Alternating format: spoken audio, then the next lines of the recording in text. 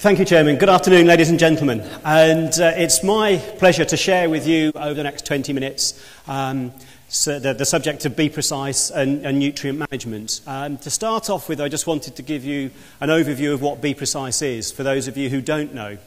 And it's a campaign to share the fundamentals of precision farming with growers and advisors and the like, to ensure that we're not getting confused by the terminologies that are used by industry, to ensure that we're hopefully going to make the right decision of what we're going to do on our farm and how we're going to go about it. And we, as John mentioned, we're working very closely with catchment-sensitive farming, and I'm just coming to the end of a series of 15 workshops with growers around the country where we've been reinforcing precision farming and various techniques with growers. And we've had an average of about 15 growers on each of the workshops, and the feedback has been fascinating. And we've also been delivering presentations to farmer groups, agronomists and machinery suppliers to again just reaffirm what is going on from a precision farming point of view, as HGCA is a trusted source of independent information. Whilst we get wrapped up with supplier talk, sometimes to have the bare bones is important. So that's what Be Precise is all about. But why do we need it? And really, to me, it's about optimization of what we're putting on our crops. It's how we're going to reduce the cost of production, improving our nutrient use efficiency and our energy. Everything that we're putting in, are we making best use of every kilogram, every litre, every hour of time that we're putting into to growing our crops? And generally that will, if we're being more efficient, then we're having a positive effect on the environment by not wasting what we're putting on. And also from a farming point of view, we're hopefully going to be increasing our margins and improving our profitability. And it's the perfect opportunity where the environment and economics of agriculture fit in perfectly. Because with the prices that they are, we want to make sure that we're putting everything on our crops where it's going to be utilised. Because if it's not, it's damaging to our pockets as well as to the environment. So these are some figures that I put together based on no scientific research whatsoever, other than my feeling as to where we are in the marketplace at the moment. And we've always got the sort of 10% adopters as to continuing to invest in the technology. But we've got a large group in the centre where some people have adopted one precision farming piece of precision farming technology and are looking to work out what to do next, whether it's guidance and they're wanting to upgrade those systems, or whether they've been sampling and looking at where they go to next. So there's a huge amount of questions around that. And then there's a larger group who are wanting to do something, but because the marketplace is so big, they don't quite know where to go and are looking for information there. So if we think that precision farming has reached a peak of users, I don't think that that's true at all. There's a huge amount of opportunity for the industry to improve. And then last but by no means least, we've got the group who are not doing anything at the moment and are not sure they will.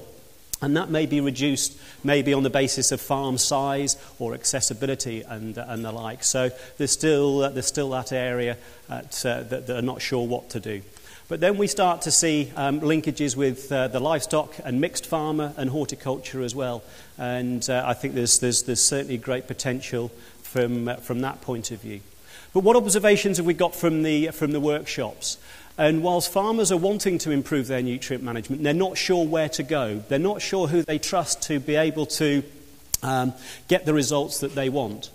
But what we're seeing is certainly getting back to basics is vital, that we're having to use the tape measure.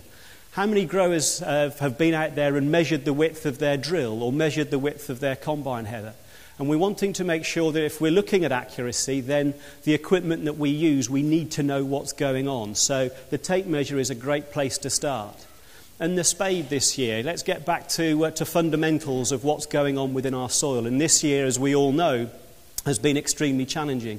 And maybe our spade has got to be sort of dusted off and used a little bit more to realise the damage that may have been committed this year. And so that will have an effect on our strategy going forward. And that will be about improved husbandry as a result of the weather, as we've heard at a number of conferences. Maybe this year's been a tipping point to what we've been doing in the past and the way that we move forward in the future, about the way that we manage our nutrients and the way that we look at growing our crops. But most importantly, it's how do we break precision farming down so we're utilising all our nutrients and time most effectively. And we see that precision farming can be broken up into 3 different areas. Our tractor and machine optimisation, so we're not wasting any fuel by overlapping and the like. Then we've got the greatest area of targeting our agronomy, of which you're obviously going to be very involved with, and that gives a much longer term result. But both of those put together will create a huge amount of data, and you're going to be presented with so much data on occasions that you won't know what to do with it unless it's carefully planned. So we have to look at how we manage that data, and that's where we want the farmer to be, right at the centre of that process. So they may be relying on you far more now than they were in the past because of the volumes of information that's been generated. But if we're looking at overlapping, we don't want to be overlapping, because that's going to be wasting nutrients, it's going to be wasting fuel and time. And so if we can start looking at getting our tape measure out and measuring the width of our drill, because this will have an effect on the overlapping. Because if we've got the RTK high-level system where we're 2 centimetres pass-to-pass accuracy and our drill's 5 centimetres narrower than we think it is, the maths aren't going to add up, and that's going to have an effect on the jobs that we do. And it's also going to have an effect on profitability. And we've been sharing some of these figures about the cost of inaccuracy across a 500-hectare farm, which are quite phenomenal to some and a surprise to most, that this is the cost of inaccuracy. And the idea of sharing these figures is to allow growers to view what's going on their farm and make the right calculations. And then we look at how we're going to optimise the equipment through auto-section control on our sprayers, our fertiliser controllers to variably apply our fertilisers, and then starting to look at implement steering to improve what we're putting on, because whatever decisions we want to make sure that they're going to be applied accurately in the place that they need to go. And so that's the tractor and machine side of things before we even start looking at the amount of variation that farmers may have. But let's open our eyes to what variation we may have on our farm, and rather than trying to look at all aspects of variation and solve them all at the same time, let's look at what's out there. And it may involve sometimes just picking a Google map off the computer and getting some coloured crayons out and managing and marking where those zones are to avoid expenditure where it's not necessary and get the farmers involved that are slightly sceptical. Then we start to look at what sensing technology is out there to hopefully help us manage and search for the nutrients that are out there. And then most importantly, what application equipment does a farmer have? There's no point looking at varying our seed rates if the farmer doesn't have the capability on the drill. So let's look at an area that they have the equipment for to ensure that it works. Because, and again, this is a slide that I'm sure is familiar to you all. The dynamics of what's going on under the soil is so fluid and so flexible that we have to be careful of what we're looking for and why, because we can't solve all of the problems at the same time. So let's look at a particular area and try and address it. And the number of times I've heard of farmers who've tried to address their yield variation by using all the available techniques and then wonder why they don't know which ones worked or not, because trying to do too much doesn't help at all. So let's look at trying to focus in on one particular area at a time to see how that variation is worked. And if we are looking at identifying nutritional variances and differences, we've got P and K maps here. So we're trying to create zones within fields that we're able to then treat differently. And it's about how do we get that information. And farmers are still sceptical by some of the sampling techniques that are out there and the results that they get. They would like to have more confidence when results are sent in, and hopefully over time that will become more reliable, because we need to work out where the differences are, whether it's P, K, lime, magnesium, whatever the nutrients are. We're wanting to identify where those virtual hedges are within the field so we're able to treat them differently. And if we have a yield map, for example, it's okay having a yield map, but what do we do with it? How do we work it so it's valuable to us in the future? And as long as the yield map, the yield monitor is correctly calibrated on the combine, we're able to get reliable information. And so here we're trying to create virtual hedges within our field. So rather than managing one field, we've now got 3 fields within that one field. And we can start to look at how we address that yield, that variation. Is the yield difference on that map, for example, that far apart, or is it that far apart? The larger, the bigger the gap, the bigger the yield difference. And then the probability is there's nutritional differences there as well. It might give you an indication as to where you want to start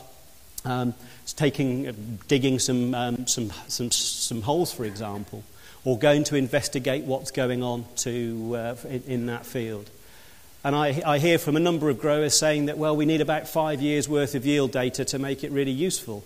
Well, yes, to make it really useful, but we've got data in year 1. So let's use that as an indication as to what is going on and start the investigative process right from the start.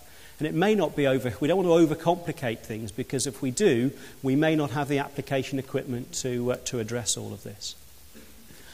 And if we're looking at varying our seed rates, for example, we can take an EC scan of a field to identify soil texture. Well, again, we may know this from with growers having worked on that field for a number of years. They may well know where the differences are.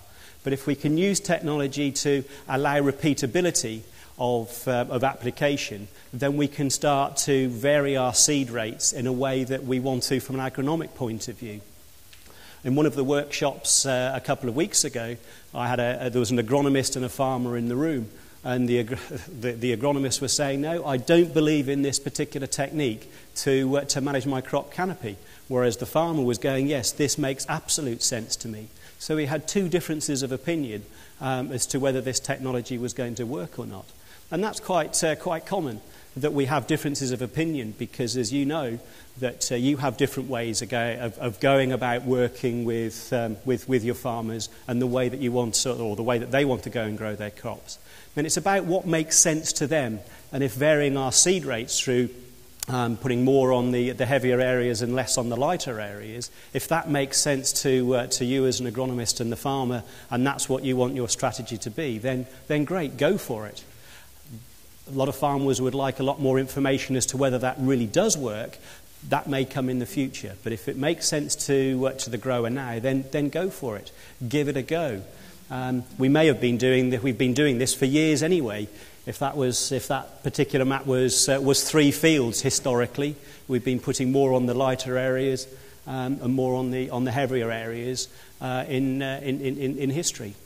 And so, are we using technology to help us do that? And if this may be a familiar picture to you, where we've got different canopy densities on the same field on the same day, and if we varied our seed rates, then we may not get this. However, we may get that. And so, what's the strategy going forward to managing our nitrogen on that field? And there's a number of ways of going about gathering that information. And we can do that by canopy monitoring. Now, we can either use the satellite sensing technology, or we can use tractor-mounted sensing technology. Whatever it is, whatever technology you or the grower wants to use, it's based on good agronomy. And whilst the sensors can gather the information and apply it, it will still need the agronomic input. And your strategies may change during the season as to what's going on. And so whilst we're wanting to improve the canopy, and we think if we've got the box it'll do it all for us and we don't have to get involved again, nothing can be further from the truth. And I guess that's the challenge that we have going forward, that we're gathering a lot more information, and making the decisions is going to become more challenging because of the data and the information that we've got. So whatever the method we're using, we're still having to have good agronomic input. And a number of farmers have said, well, does managing our nitrogen, does it really work? Well, there's a project that we can see on the screen there called AutoN, and it's got all industry partners and providers of services involved with it. It's a link project. And the idea is to, over a 4 or 5 year period, measure whether managing N is going to provide a financial return or not. And it's not about whether satellite sensing is better than tractor-mounted sensing. That's not its intention. It's to look at whether does managing nitrogen really work or not on farm. And it's trying to look at validating the systems that are out there to see if it actually provides the return for growers. And the indications are, it's been done by checkerboard trials in 5 locations across the country. And so these are being researched to death, if you like, on how much nitrogen's been putting on in the various crops. And the conclusion so far is that, yes, there is a slight benefit in managing N variably. And the feedback that I'm getting from farmers who are using this, whilst they may see a slight gain from a financial perspective of possibly saving nitrogen, it's using nitrogen in a much more effective way across the fields. And it may not be from a financial point of view, but they're seeing standing crops, it's not being lodged, they're seeing improved combining times, better ripening times, less drying costs, etc. So there's a lot of anecdotal information that farmers are providing that allows this method of managing variation to be improved. But as we see there, that the more information that we have about our crops, so whether it be from soil zones or the protein sensors, and yield maps will certainly again be a good indication as to what is likely to happen in the future. So if the crop has the capability to produce yield, then we can maybe put more nitrogen on than the rest of the field because it has that yield potential.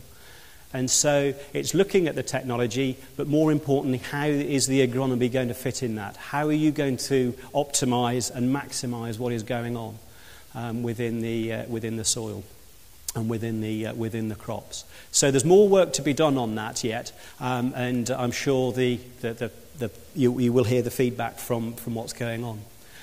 But if we start to look at how we're going to look at irrigation and nutrients, how are we going to gather more information of what's going on within the soil, possibly on a real-time basis? Are we going to be able to put more in-field sensors out there to provide you with more information and provide growers with more information on how to manage their crop during the growing season? We see that the canopy sensing is during the growing season, but the nutrient status may take more time to understand and analyse.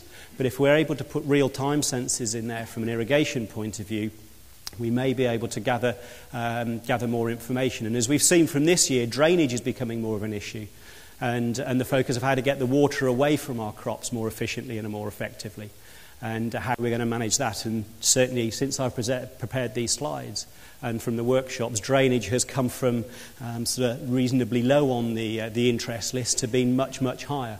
How can we look at drainage from a precision farming point of view, mapping where our outlets are, mapping where the drills are, and the drainage outlets are, seeing where the drills are, the drains are in our field. And so what effect does that have on nutrients and the possible water take-up? And what testing technology we're going to have available to us in the future? And here we have on the go pH testing and real-time organic matter and soil texture testing, 2 devices that are working in the States. They may be coming over here. I haven't come across any of those who are doing it real-time yet. But this is where we're going to be, again, gathering more information on a real-time basis. What are we going to do with all that information? How is it going to fit in with the advice that you're going to be giving your farmers on how you manage nutrients? Because the more information that we gather, the more interpretation that we're going to need. And if we're not careful, we can be gathering too much data that we can't do anything with. So we have to be really careful and really specific about that. But if we start to look at mechanical weeding, which we're hearing a lot about, a few years ago it was just about in research laboratories, but now we're seeing in parts of the world where this is happening on field scale trials and in the commercial world. And because of the accuracies that we've got, what effect is this going to have on our nutritional, the way that we grow our crops from an ag chem point of view, and mechanical weeding and mechanical hoeing, etc. Not just from a vegetable point of view, but also from a cereals point of view. And I was talking to a guy the other day who's looking at mechanical hoeing of his wheat crops just because he thinks there's potential there to improve his bottom line. Because he's got the RTK high level of accuracy, that he thinks that this is an approach that may be applicable to him. It may not be applicable to everybody, but we're starting to see it move across. And we're also going to be seeing a plethora of new sensing devices coming onto the market, where we're looking at crop canopy and giving you and the farmer even more information. But what's the reliability of the algorithms and the information behind that? Do we have trust in the information that those sensors are providing us to be able to give us the information that we can actively convert into an application map or do something with? And sometimes we try to work in such small zones that we haven't got the application equipment to be able to work with. So when we're looking at our sensing devices, for whatever nutrients it may be over the next few years, and technology will only improve as to how we're going to look at our nutrients. And I don't know how many of you have come across unmanned aerial vehicles, UAVs, of which there's a number coming onto the market now. And again, the same is true of this. They sound absolutely fantastic, and there's a number of farmers who've been tremendously excited by these. And we can fly them. It's legal to do that, and we can put really whatever camera we want onto them to gather information. But we have to be very careful about how we convert that then into an application map and do something real and practical on our fields, because we can gather so much data that we can't do anything with it. And so how do you take the enthusiasts and the tools that we've got to make them into a practical application on our fields?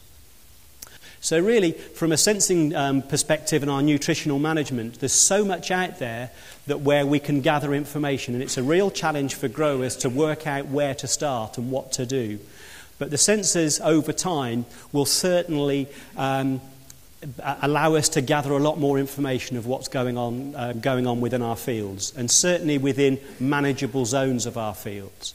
And it's a case of choosing the techniques that's going to be most applicable to the field that we're working in. And every field and every farm is going to be different, and your relationship with your growers is going to be different. So how do you take that on? How do you take that forward?